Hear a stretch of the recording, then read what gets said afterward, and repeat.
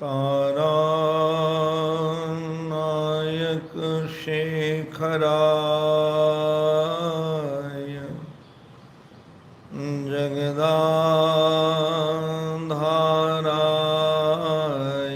धाराधर छायाधारक कंधराय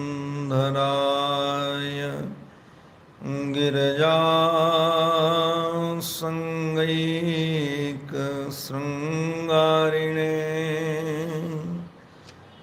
नद्य शेखरिणे दृशातिलकिने नारायणे नास्तिने नागैः कंकणिने again गृहणे नाथाय श्रेयन्नतिः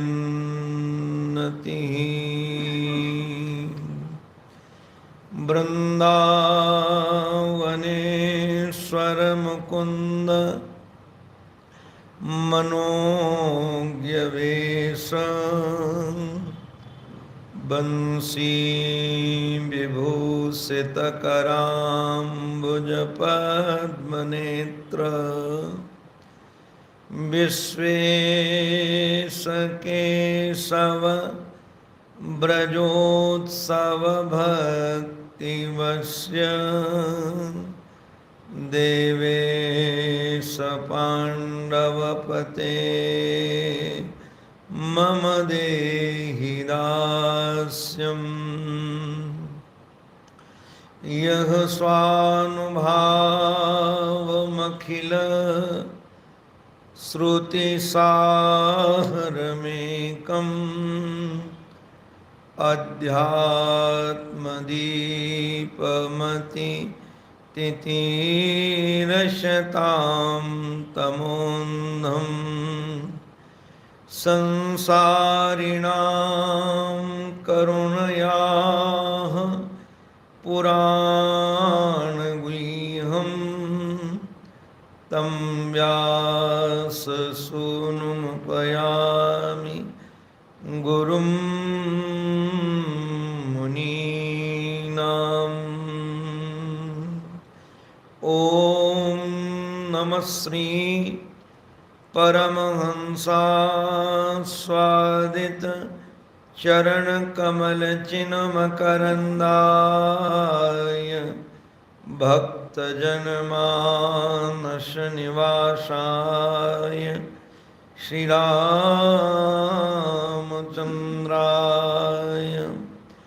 वागीशायस्य वदने लक्ष्मीर्यस्य च वक्षसि यस्यास्ते हृदये संवित् तं नृसिंहमहं भजे। अखण्डानन्दबोधाय शिष्यसन्तापहारिणे सच्चिदानन्दरूपाय तस्मै श्री गुरवे नमः। गुरुर्ब्रह्मा गुरुर्विष्णुः गुरुर्देवो महेश्वरः गुरुः साक्षात् परब्रह्म तस्मै श्री गुरवे नमः।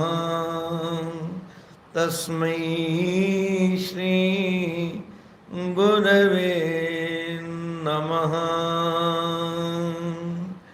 श्रीमन्नारायण नारायण नारायण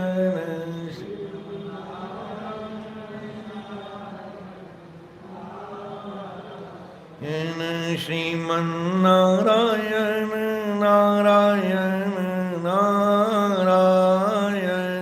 श्रीमन्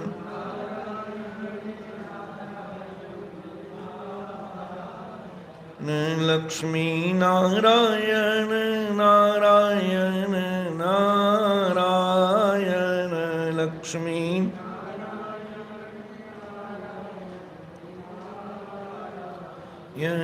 लक्ष्मी नारायण नारायण नारायण लक्ष्मी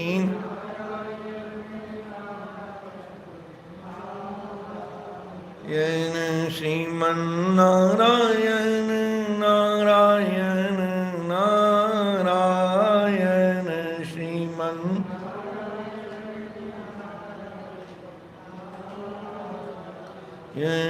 सद्गुरु नारायण नारायण नारायण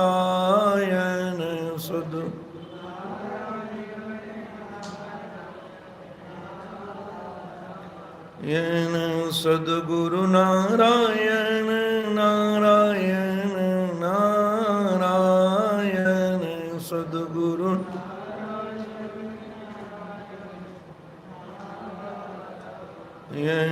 श्रीमन्नारायण नारायण नारायण श्रीमन्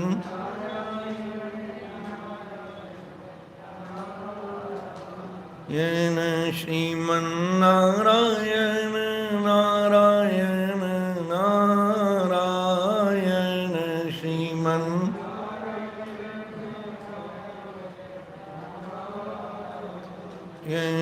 श्रीमन्नारायण नारायण नारायण श्रीमन्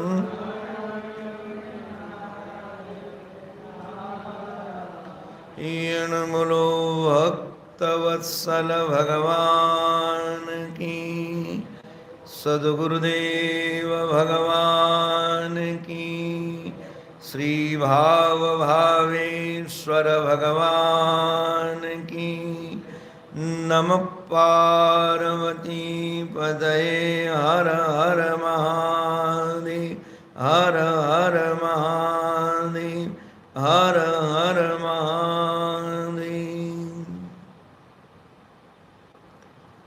जीवन धन जीवन सर्वस्व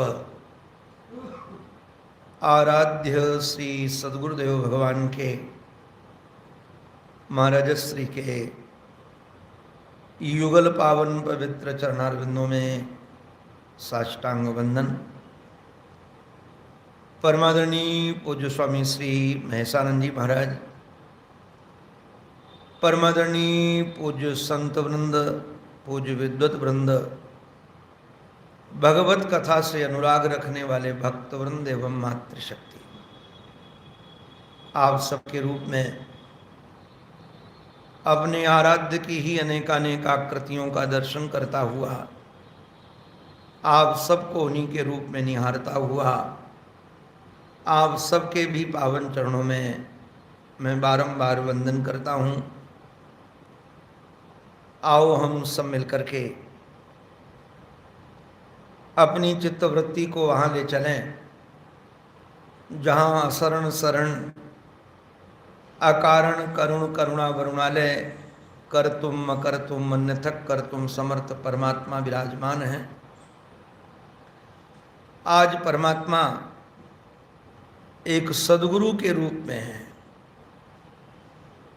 और श्री उद्धव जी महाराज को निमित्त बना करके हम सब के जीवन को रसमय बनाने के लिए, मधुमय बनाने के लिए कुछ दिव्य संदेश दे रहे हैं। उद्धव जी महाराज ने प्रश्न किया है, बड़े बड़े ब्रह्मवादी महात्माओं ने वदन्ति कृष्ण श्रेयांसी बहूनि ब्रह्मवादिनः, बड़े बड़े ब्रह्मवादियों महात्माओं ने श्रेय की प्राप्ति के लिए अनेकानेक साधन बताए हैं।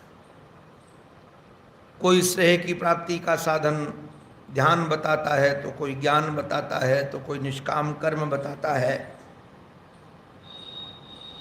आप कृपा करके आपने तो हमें अनुग्रह करके हमारे ऊपर आपने भक्ति योग की चर्चा की थी। जिसमें किसी अन्य साधन की आवश्यकता नहीं है, जिसमें अष्टांग योग की जरूरत नहीं है, निष्काम कर्म की जरूरत नहीं है, अन्य कोई सहयोगी साधनों की आवश्यकता नहीं है। ये बात आपने बताई थी। भगवान ने कहा कि प्रिय उद्धव, मैंने तो वेद का ही प्रवचन किया है, वेद मेरे द्वारा प्रवचन किए गए हैं, मेरे द्वारा ब्रह्मा जी को सुनाए गए हैं, किंतु समय जैसे जैसे बदलता गया वैसे वैसे ऋषियों के अनेकानेक माध्यम से इसका वर्णन होता गया और अधिकतर लोगों ने अपनी प्रकृति के आधार पर, अपने स्वभाव के आधार पर, अपने सतोगुण रजोगुण तमोगुण के आधार पर लोगों ने उसका अर्थ निकाल लिया। अर्थ है एक ही,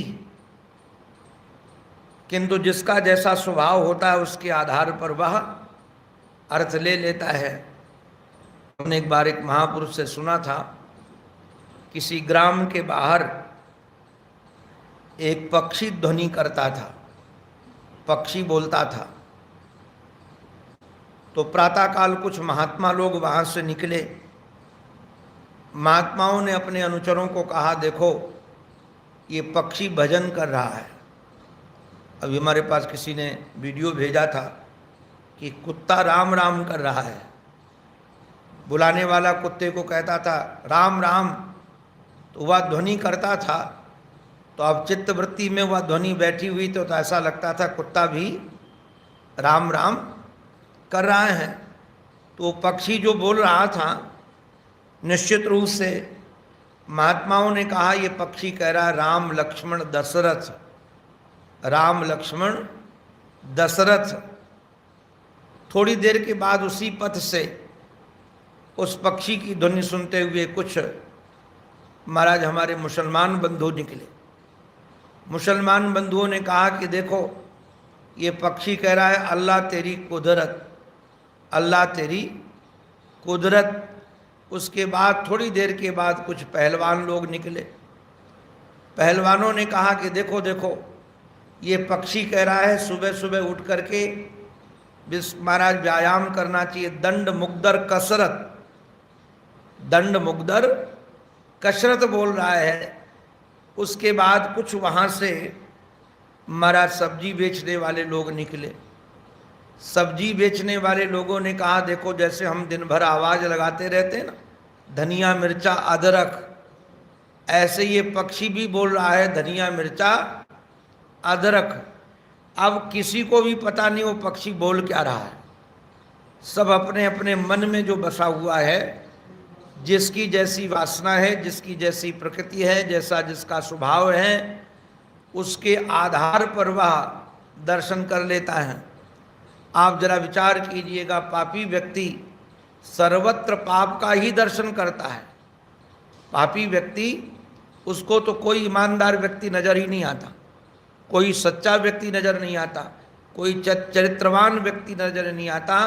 पापी सर्वत्र पापम आशंक्यते, अधिकतर उसकी शंका यही होती है। और पूज्य संत जनों का जीवन देखो, वो तो चोर पर भी ईमानदारी का भाव रखते हैं। चोर पर भी, हमारे यहाँ वृंदावन में एक महापुरुष थे, वो लुटेरिया हनुमान जी में रहते थे। रात्रि में कुछ चोर चोरी करने जा रहे थे, ग्वारिया बाबा। अब चोर चोरी करने जा रहे थे तो हनुमान जी महाराज को प्रणाम करने आए कि महाराज आज कृपा कीजिएगा, लंबा हाथ लगे। हनुमान जी महाराज को चोर भी प्रार्थना करते हैं, ईमानदार भी प्रार्थना करते हैं कि हमारे जीवन में कुछ अधिक प्राप्ति हो। तब तक ग्वारिया बाबा ने पूछ दिया तुम लोग कौन हो? उन लोगों ने कहा हम चोर हैं। अब उनको लगा कि चोर तो हमारा श्री कृष्ण है, निश्चित रूप से ठाकुर ही है। तो कहा कहाँ जा रहे हो? बोले चोरी करने। कहा हम भी चलेंगे, हम भी आपके साथ चलेंगे। अब ग्वारिया बाबा उन चोरों के साथ चल पड़े। किसी घर में चोरों ने सेंध किया और पहले पहले ग्वारिया बाबा को ही घुसेड़ दिया। अब ग्वारिया बाबा तो ये समझते थे कि हम निश्चित रूप से ठाकुर के साथ चोरी करने आए हैं, ठाकुर ही हमारे साथ में चोरी करने के लिए आए हैं। महाराज उन्होंने सब जगह घर में ढूंढा, रसोई घर में जा कर के मक्खन रखा था, मिश्री रखी थी और ढोल रखा था पास में, भोग लगाकर महाराज ढोल बजाने लगे। तो घर वाले सब लोग जग गए। जगे तो चोर तो भाग गए, किंतु ये पकड़े गए। हमने संतों से सुना है पकड़ करके महाराज थाने ले जाया गया। थानेदार महाराज सुबह सुबह आया तो देखा वो परिचित है, तो अच्छे महात्मा है। बोले महाराज ये काम करते हो? अरे बोले काम क्या करते, हमारा यार ले गया था चोरी करने, तो भगवान को कह रहे थे, वो तो भाग गया, हमको फंसा गया। महात्मा के विषय में जानते थे, उन्होंने छोड़ दिया उनको। तो कहने का अभिप्राय ये है कि जिनके चित्त में भगवान बस जाता है उनको सर्वत्र भगवान दिखता है। सिया राम मैं सब जग जानी, करऊं प्रणाम जोर जुग पानी। और जिनके जीवन में काम बसा है उसको दुनिया काम में दिखती है। अगर बाप बेटी भी जा रहे हों तो उनको लगेगा कि निश्चित रूप से बुढ़ा सठिया गया है, इसकी बुद्धि खराब हो गई है। उनके दिमाग में ये नहीं आएगा कि ये बाप बेटी हैं, क्योंकि उनके दिमाग में काम बसा हुआ है। तो जिनके जीवन में काम बसा है, जिनके जीवन में क्रोध बसा है, जिनके जीवन में लोभ बसा है, जिनके जीवन में मोह बसा है, वो अपने आधार पर ही दुनिया का दर्शन करते हैं। किंतु जिनके चित्त में भगवान बसा है उनका जीवन अलग होता है। तो भगवान का उपदेश तो निश्चित रूप से दिव्य है, किंतु जिनके चित्त में जैसी जैसी वासनाएं भरी हुई हैं वो वैसे उसका महाराज वर्णन करते हैं। कुछ परंपरागत और कई लोग पाखंड से भी अपने जीवन का आचरण करने लगते और कहते हैं वेद में लिखा हुआ है, ये वेद में इस प्रकार का वर्णन है। मन माया मोहित धियः पुरुषाः पुरुषर्षभ, श्रेयो बदन्त्यनेकान्तं यथा कर्म यथा रुचि। मन माया मोहित धियः। एक महात्मा बड़ी अच्छी बात कहते हैं, बोले जो मेरी माया है, माया को भगवान कहते हैं मेरी, ये जो मेरी माया है, इस माया से मोहित होने के कारण, अभी हमारे संतोषानंद जी सुना रहे थे, तारा बिकल देख रघुनाया, दीन ज्ञान हर लीनी माया। ये भगवान ने बिकल तारा को जब देखा तो क्या दिया? ज्ञान दिया। और उस ज्ञान से क्या हुआ? हर लीनी माया। माया है क्या? ध्यान रखना, अधिकतर माया शब्द का जब प्रयोग होता है तो लोग यही समझते हैं कि कोई स्त्री है, और उस स्त्री ने, क्योंकि माया स्त्रीवाची शब्द है, और उस स्त्री ने महाराज दुनिया को ठग लिया है, दुनिया को मोहित कर दिया है। बड़े बड़े संतों ने, रमैया की दुल्हन ने लूटल बाजार, रमैया की दुल्हन ने बाजार लूट लिया, ब्रह्मा लूटल, शंकर लूटल, और बड़े बड़े लोगों का महाराज दिया है पेट बिदार। तो ऐसा लगता है कि ये कोई माया भगवान की घरवाली है, दुल्हन है। किंतु ध्यान दीजिएगा, माया है क्या? और जिस माया के कारण तारा रो रही थी वो कौन सी माया थी? माया नाम किसका है? ध्यान रखिएगा, चाहे कोई भेष बदल ले और चाहे कोई तिलक बदल ले, चाहे कितने माला पहन ले और चाहे कितना माला जप ले, ध्यान रखिएगा, यदि मैं और मेरे के चक्कर में पड़ा हुआ है तो माया का गुलाम है। मैं अरु मोर तोर तय माया। तारा क्यों रो रही थी? आप जरा विचार करो, दुनिया के लोग मर जाते हैं, हम कहाँ रोते हैं? रोज पेपर में देखते हैं, टीवी में देखते हैं, अमुक मर गए, ट्रेन दुर्घटना हुई, लोग मर गए, लाखों मर जाते हैं। अमुक जगह जंगल में आग लगी, लोग मर गए, किंतु अपने राम तो रोते नहीं। क्यों नहीं रोते हैं? क्योंकि उनके प्रति मेरा भाव नहीं है। ये बेटा मेरा, ये चेला मेरा, ये चेली मेरी, ये आश्रम मेरा, ये घर मेरा, ये जहाँ मेरा और तेरे का व्यापार है उसी का नाम माया है। और यदि इस माया के चक्कर में पड़ा हुआ है तो उसको रोना ही पड़ेगा। भगवान ने संबंध की माया मिटा दी। मानो तारा को समझा करके कहा कि जिसके मरने पर तू रो रही है वो तेरा पति नहीं है, वो तो हड्डी मांस का एक लोथड़ा था। तूने उसको मेरा मान रखा था कि मेरा पति मेरा पति मेरा पति, और वो तो पांच भौतिक था, पांच भौतिक मिल गया। अब तू क्यों रो रही है? जैसे महाराज ज्ञान दिया उसकी माया हर ली।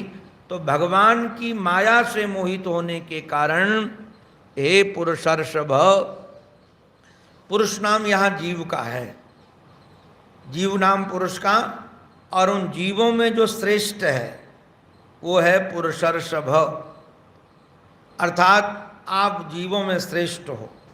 महर्षि ने अर्थ किया कि जीवों में श्रेष्ठ कौन है, मनुष्यों में श्रेष्ठ कौन है? जिसके पास बुद्धि ज़्यादा है वो श्रेष्ठ है क्या? जिसके पास धन ज़्यादा है वो ऋषभ श्रेष्ठ है क्या? जिसके पास चेला चेली ज़्यादा है वो श्रेष्ठ है क्या? वो श्रेष्ठ नहीं है। श्रेष्ठ वह है, ऋषभ वह है पुरुषों में जिसके हृदय में भगवत भक्ति है, भगवत प्रेम है। भले उसके पास कुछ न हो, भौतिक जगत का साम्राज्य उसके पास कुछ न हो, कौपीन में 1000 टुकड़े हों जी, और खाने का ठिकाना न हो, किंतु वह पुरुषों में श्रेष्ठ है जिसके हृदय में भगवत प्रेम है। तो कहा कि निश्चित रूप से तुम भगवत प्रेम संबंध से समलंकृत हो, तुम्हारे हृदय में भगवत प्रेम समाया हुआ है। इसलिए हे पुरुषर्षभ, वो पुरुष वह जीव माया में मोहित है जो महाराज श्रेयो बदंती अनेकांतम यथा कर्म यथा रुचि, अपनी रुचि के आधार पर, अपने कर्मों के आधार पर जो अनेक अनेक चीज़ें महाराज अनेक अनेक श्रेय के साधन मानता है, वह निश्चित रूप से माया से मोहित है। भगवान ने कुछ लोगों के नाम गिना दिए। नाम क्या है? हमारे सिद्ध स्वामी पाद ने इस श्लोक की व्याख्या में श्रीधरी में बड़ा गजब ढाया है और वर्णन किया है कि धर्म में के यशस् चान्ने कामम सत्यम दमम शमम अन्ने बदंती स्वार्थम वा ऐश्वर्यम त्याग भोजनम। जो माया से मोहित लोग हैं वो कहते हैं कि परम धर्म यह है कि ऐसा काम किया जाए जिससे यश मिले, क्योंकि लोग ये मानते हैं कि कीर्तिर्यस्य सजीवति, जिसकी कीर्ति है वही जीवित है।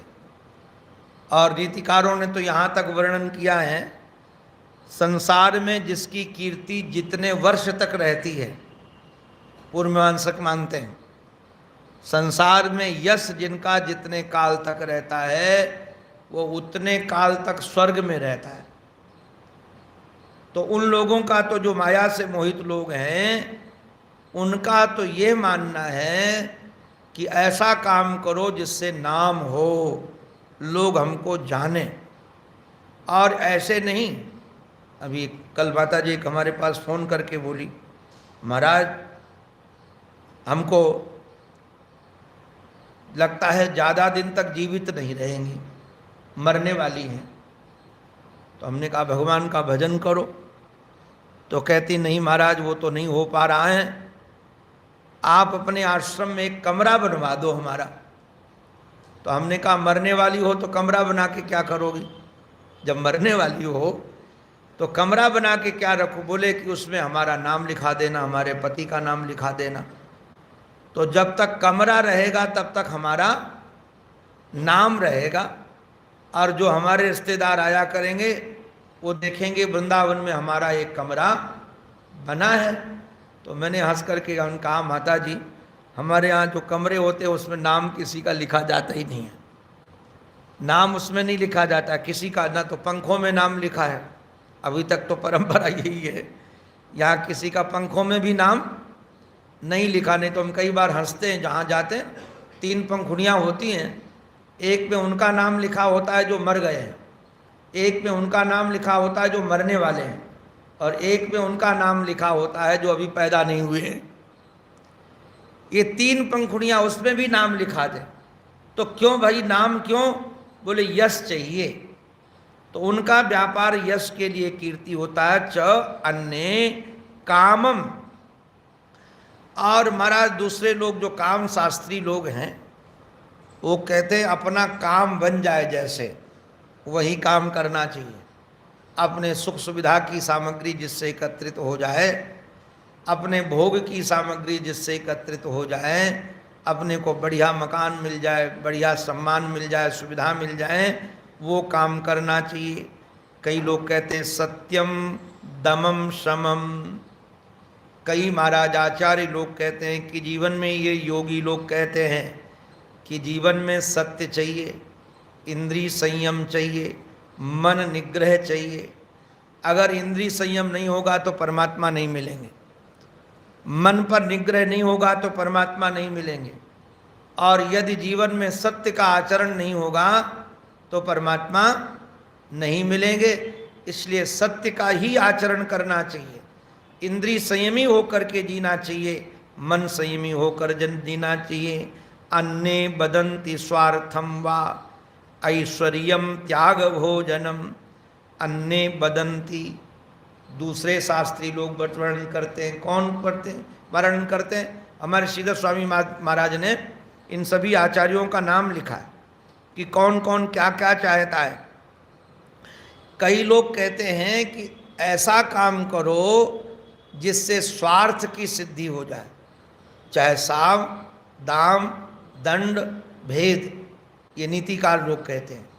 साम का प्रयोग करना पड़े, दाम का प्रयोग करना पड़े, दंड का प्रयोग करना पड़े, भेद का प्रयोग करना पड़े, करो। साम माने समझौता करना पड़े, दाम माने दाम देकर काम बनाना पड़े, धन देकर काम बन जाए तो बना लो।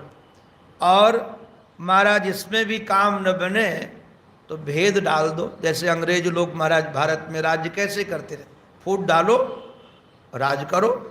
आजकल लोग भी लोग यही काम करते हैं, जाति जाति में फूट डाल दो महाराज, हिंदू मुसलमान में फूट डाल दो, आपस में झगड़ते रहेंगे, अपनी रोटी सिद्धि रहेगी, अपना काम बनता रहेगा।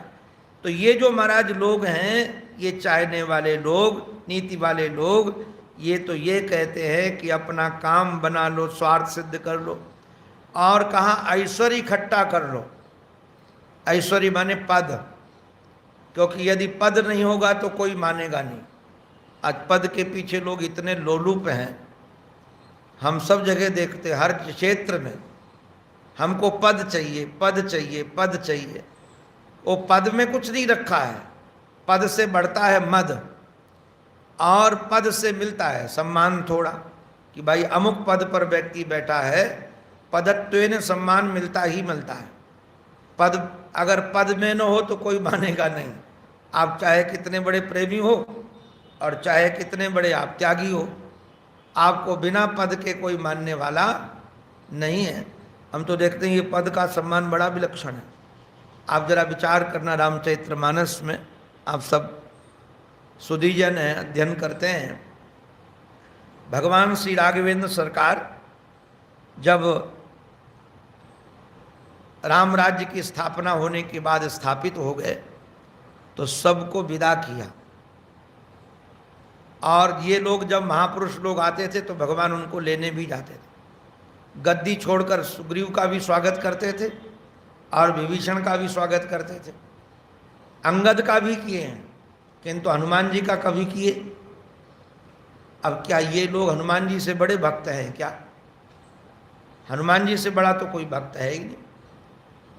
तब भी कहीं हनुमान जी का नहीं मिलता है सम्मान कि उनको लेने गए हों, उनको कहा हो कि तुम आओ बैठ जाओ। क्यों भाई? वो किसी पद पर नहीं है।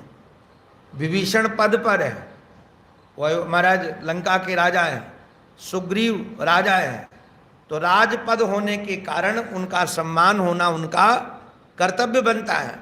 भाई राजा यदि आए तो उसका सम्मान होना चाहिए। तो लोग महाराज पद प्रतिष्ठा के पीछे भागते रहते हैं, ऐश्वर्य के पीछे भागते हैं, और ऐसा ही वर्णन करते हैं कि ऐश्वर्य प्राप्ति ही परम धर्म है। हमको तो कई लोग मिलते हैं, बोले महाराज यदि पद में नहीं होगा तो कोई नहीं मानेगा, ये त्याग वैराग्य अपना अपने पास में रखो, कोई तुमको मानने वाला नहीं है।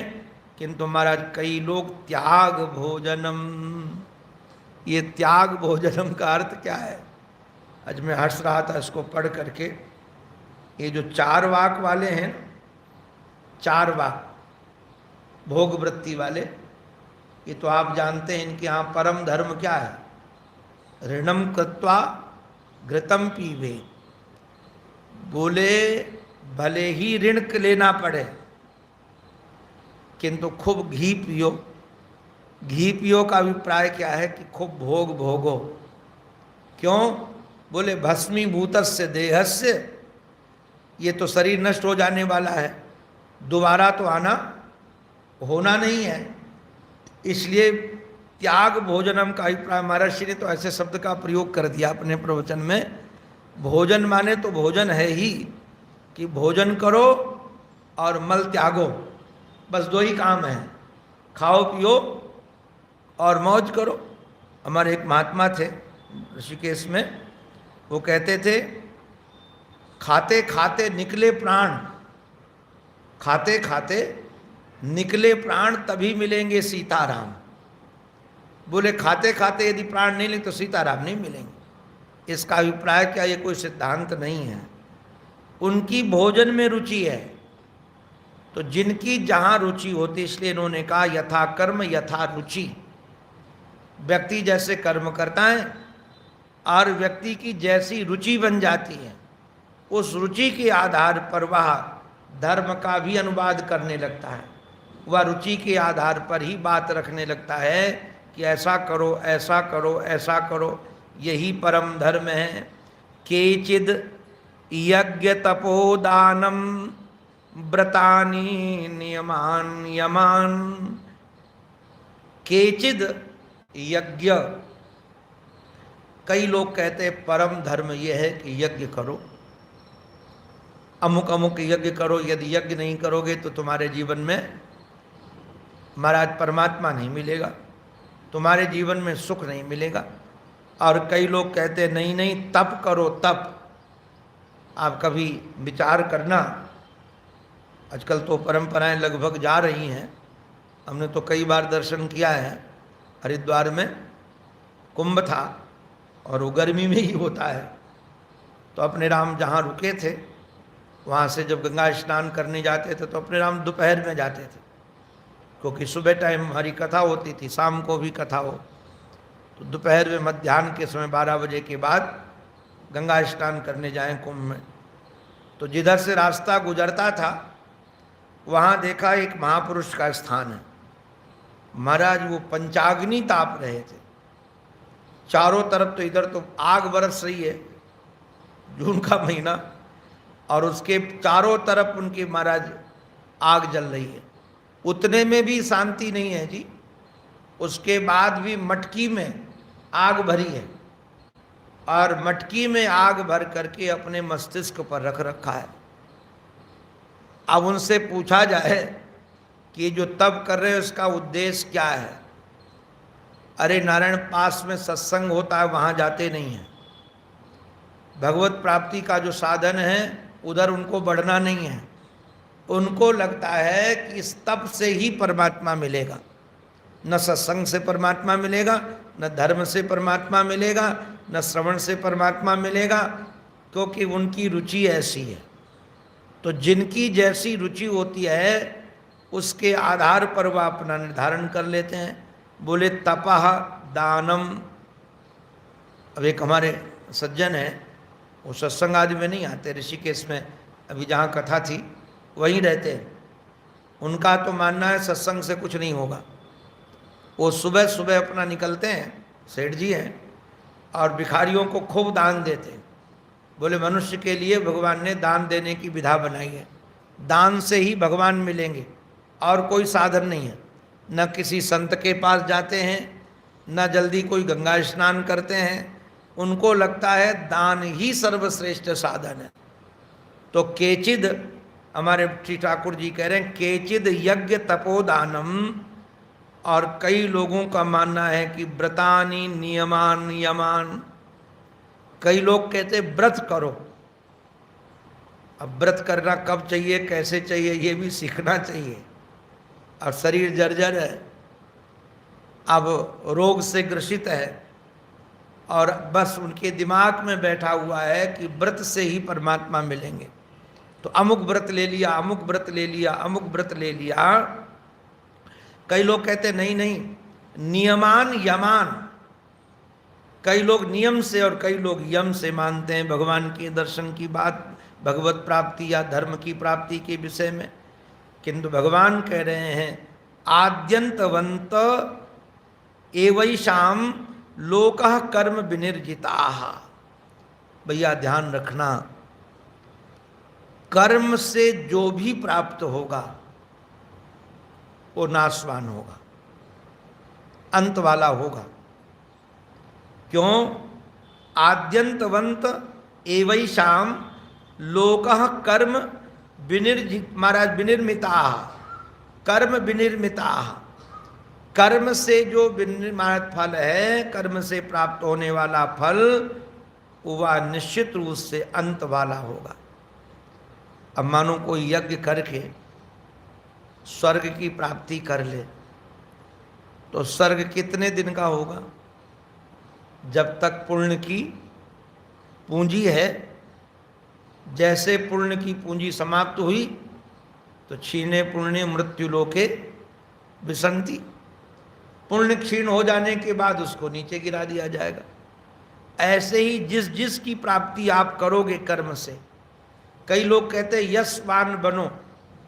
आप जरा विचार करना, हमें तो आज तक कोई ऐसा व्यक्ति मिला नहीं जो पूर्ण यशशाली हो। आप ध्यान दिए, कई बार सुने होंगे ये वाक्य, जो है नाम वाला वही बदनाम है। आज जिसका यश है, हमने इस छोटी सी आयु में देखा है बड़े बड़े नामशाली लोगों को, जिनके साथ करोड़ों लोग चलते थे, एक दो लोग नहीं। हरिद्वार में उनका जमघट लगता था, महाराज कुंभ से ज़्यादा भीड़ हो, कहीं रास्ता निकलने के नहीं मिलते थे। हम एक बार फंसे रहे 5 घंटे हरिद्वार में। पूछा क्या बात है? बोले अमुक महापुरुष का सत्संग है, उनके सत्संगी आए हैं। लोग भगवान जैसे मानते थे जी, किंतु आज इंसान मानने को भी तैयार नहीं। तो यश भी कितने दिन का है जी? अच्छा, दूसरी बात और विचार करो, अपने रहने के बाद भी आपका चाहे कितना नाम हो, कुछ दिन के बाद आपके घर में ही आपकी फोटो नहीं रहेगी, आपका नाम नहीं रहेगा।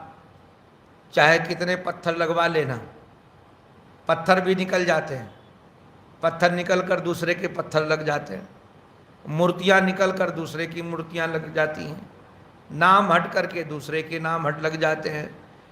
तो ये यश कितने दिन रहेगा? यश भी नष्ट होने वाला है। इसलिए भगवान बड़ी मधुर बात कह रहे हैं, आद्यंतवंत एवैषाम लोकाः कर्म विनिर्मिताः। हमारे महर्षि ने कहा कर्म करते समय 4 बातें ध्यान में रखनी चाहिए। जो क्रिया हम कर रहे हैं उस क्रिया में 4 बातें ध्यान में रखो। क्या ध्यान में रखें? एक तो यह रखो कि उस कर्म का परिणाम क्या है। कई बार कर्म करते समय तो सुख मिलता है, किंतु परिणाम में दुख मिलता है। आप कहोगे कैसे? यदि कर्म में सुख मिले तो परिणाम में भी सुख होगा। कई कर्म ऐसे हैं, अब एक सामान्य कर्म बताऊं, दांत खाज खुजली हो जाए तो खुजलाते समय सुख मिलता है कि नहीं, किंतु परिणाम में दुख मिलता है। अब किसी को डायबिटीज हो तो खाने में मीठा सुख मिलेगा कि नहीं मिलेगा? बड़ा स्वाद आता है, और खा लो और खा लो और खा लो, किंतु परिणाम में डायबिटीज बढ़ेगी, नींद भी चली जाएगी। तो कितने कर्म ऐसे हैं कि कर्म करते समय तो व्यक्ति को सुखानुभूति होती है, किंतु परिणाम में उस दुख प्राप्ति होती है। ऐसे हमारा ध्यान रखना चाहिए कि व्यक्ति के जीवन में कर्म का परिणाम दुख न हो। और दूसरी बात इन्होंने कहा तमोनिष्ठा। तमोनिष्ठा का अभिप्राय क्या है? कोई कर्म करो तो सही, किंतु इतने थक जाओ कि महाराज घोर तम में प्रविष्ट हो जाओ। अब हमारा शरीर दर्द कर रहा है, अब हमारा ये कर रहा है, अब ये, अरे बाबा ये करने की जरूरत ही क्या थी? परिणाम में यदि सुख नहीं मिल रहा है, आपका दुख महाराज दुखांत क्रिया हो रही है। और तीसरी बात कहा क्षुद्रांदाह क्षुद्र आनंदाह। कहीं ऐसा न हो कि परिश्रम तो बहुत करना पड़े किंतु सुख मिले थोड़ा। आप लोगों ने शायद ये मुहावरा सुना होगा, खोदा पहाड़ निकली चुहिया। इसका अभिप्राय क्या है? मुहावरा है ये। पहाड़ खोदने में वर्षों लग गए जी, और खोज रहे थे, मिली क्या? चुहिया मिली। ऐसे व्यक्ति कर्म करने में तो इतना समय लगा देता है, किंतु परिणाम क्या मिलेगा उसका?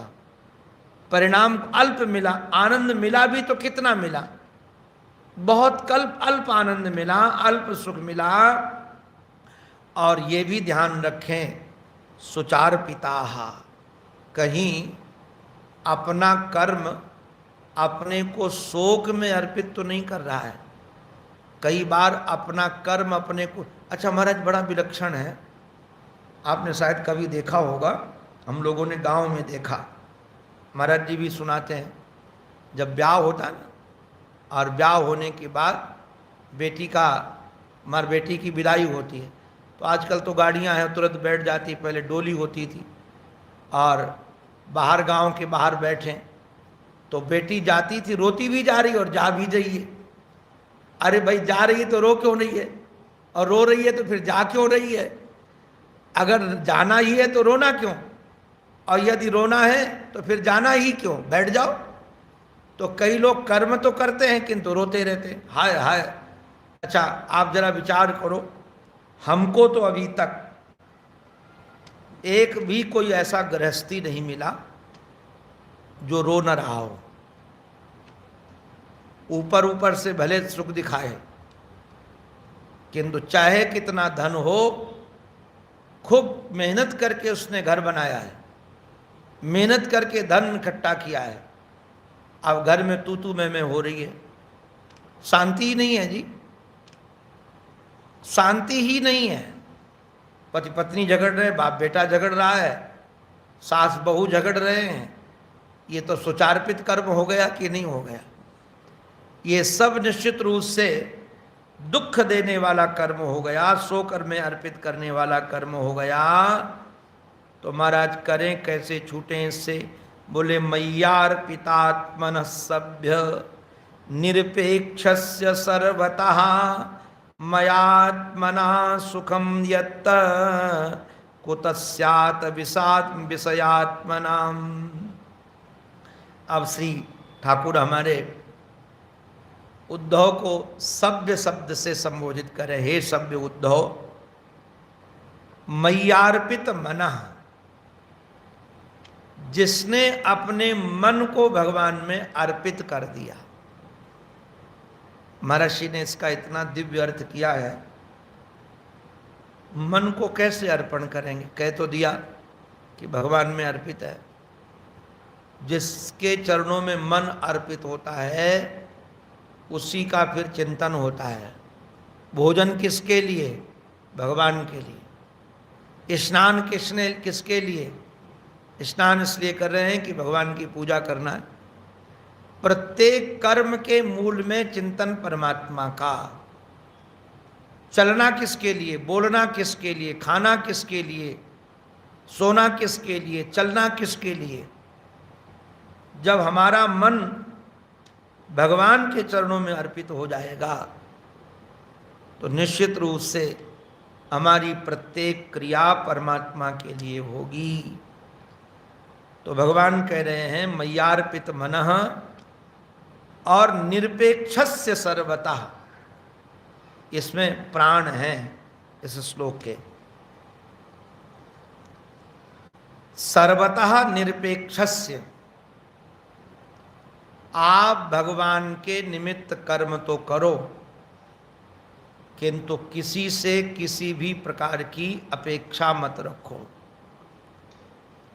हमको कई लोग महाराज मिले, बोले सबसे अपेक्षा तो नहीं होती है किंतु अमुक से होती है। कई स्त्रियां कहती सबसे तो नहीं, बेटा से नहीं अपेक्षा, पति से है कि वो ऐसा व्यवहार करे।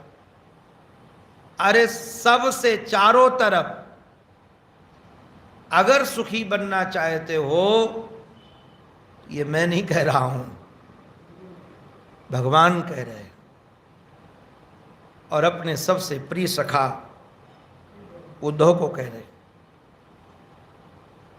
पहला काम तो यह है कि हमारा मन भगवान के चरणों में अर्पित हो, भगवान के अतिरिक्त कहीं अन्य जगह न हो,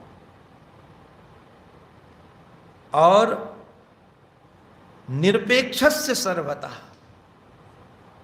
किसी से कोई अपेक्षा नहीं। मयात्मनः सुखम यत्तत्, अपनी आत्मा के रूप में ही परमात्मा को निहारना है। आप जरा विचार करो, यदि अपनी आत्मा ही परमात्मा है, अपनी आत्मा में ही परमात्मा विराजमान है या परमात्मा ही है, तो उस परमात्मा का कभी वियोग होगा, उस परमात्मा का कभी बिछोह होगा? न कभी बिछोह होगा, न कभी उससे वियोग होगा। इसलिए इसमें ध्यान देने लायक बात यही है, आत्मस्वरूप मयात्मनः सुखम यत्तत्, जो परमात्मा को अपनी आत्मा मान ले, हमारी आत्मा परमात्मा, फिर उसको क्या कभी दुख हो सकता है? कैसा दुख होगा? ये जो लोग दुखी हो रहे हैं, ये समझ लीजिएगा कि इन्होंने दूसरे को अपनी आत्मा मान रखा है। महर्षि तो कई बार विनोद में कहते हैं कि इनका सुख, इनका आनंद हलवाई की दुकान में तला जा रहा है, क्योंकि सुख को उन्होंने दूसरी जगह मान रखा है। तो जिस व्यक्ति ने अपना मन परमात्मा में अर्पित कर दिया, मय्यार्पित मनः, और किसी से किसी प्रकार की आशा नहीं है, किसी से किसी प्रकार की आशा ना हो। और बंधुओं, ये कहने से तो नहीं होगा, धीरे धीरे अभ्यास हो। जैसे कहीं आशा चित्त में जगे तो कह नहीं, भगवान ने कहा है कि कहीं आशा नहीं रखनी है,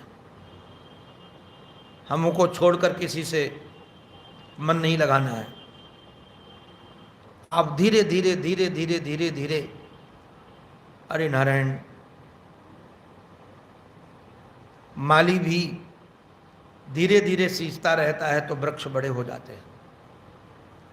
अभ्यास में बहुत सामर्थ्य है। रसरी आवत जातते, शिल पर पड़त निशान, करत करत अभ्यास के, जड़िमत होत सुजान, रसरी आवत जातते, शिल पर पड़त निशान। आप लोग तो नहीं देखे होंगे, हम तो खूब खींचे हैं गांव में पानी।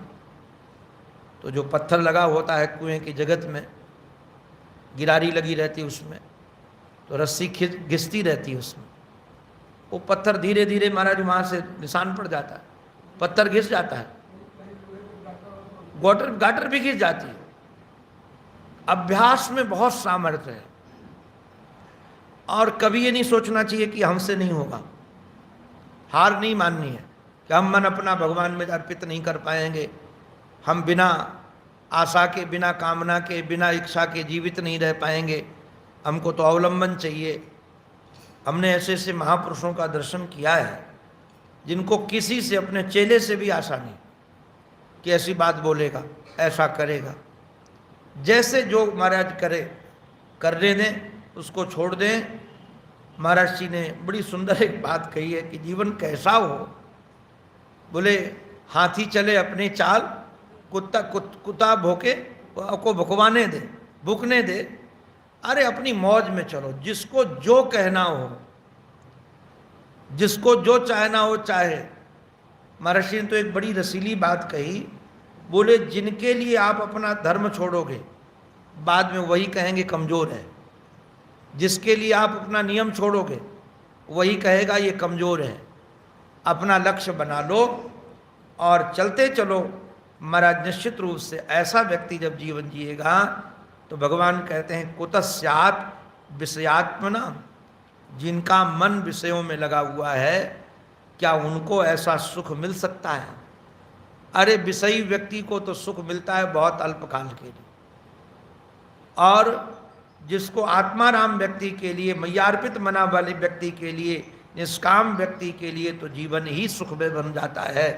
उसके तो हर समय केवल सुख सुख सुख सुख, क्योंकि सुख के अतिरिक्त तो कुछ हो सकता नहीं है, क्योंकि उसकी आत्मा परमात्मा है।